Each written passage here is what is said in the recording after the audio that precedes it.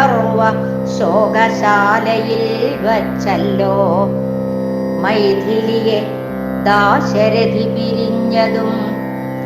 മായാമൃഗകൽപ്പിത സഞ്ചാരപഥത്തിലൂടെ അവതാര പുരുഷൻ നടന്നതും. ശോകായന കവാടങ്ങൾ മലർക്കെ തുറന്നതും. മുനിവാക്യങ്ങൾ സ്മൃതിപൂക്കളായി വിരിഞ്ഞ് മനുഷ്യഗന്ധത്തെ വരിച്ചു.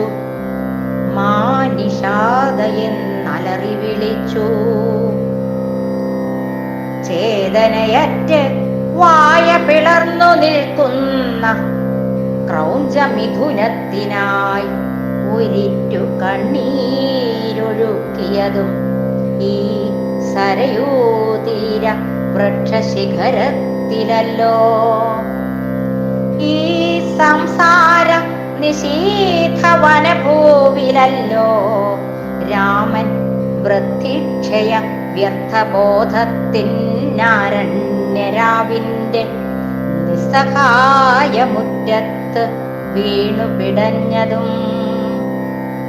ജനകാത്മജ സംഗമത്തിനായി സമരോത്സുക കുതിരലായങ്ങളിൽ സന്ധിപത്രത്തിലൊപ്പിട്ടതും യുദ്ധം നയിച്ചതും.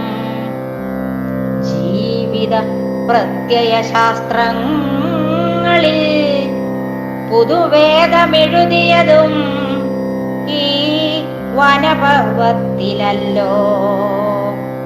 ജീവിത പ്രത്യയശാസ്ത്രങ്ങളിൽ പുതുവേദമെഴുതിയതും ഈ വനപർവത്തിലല്ലോ.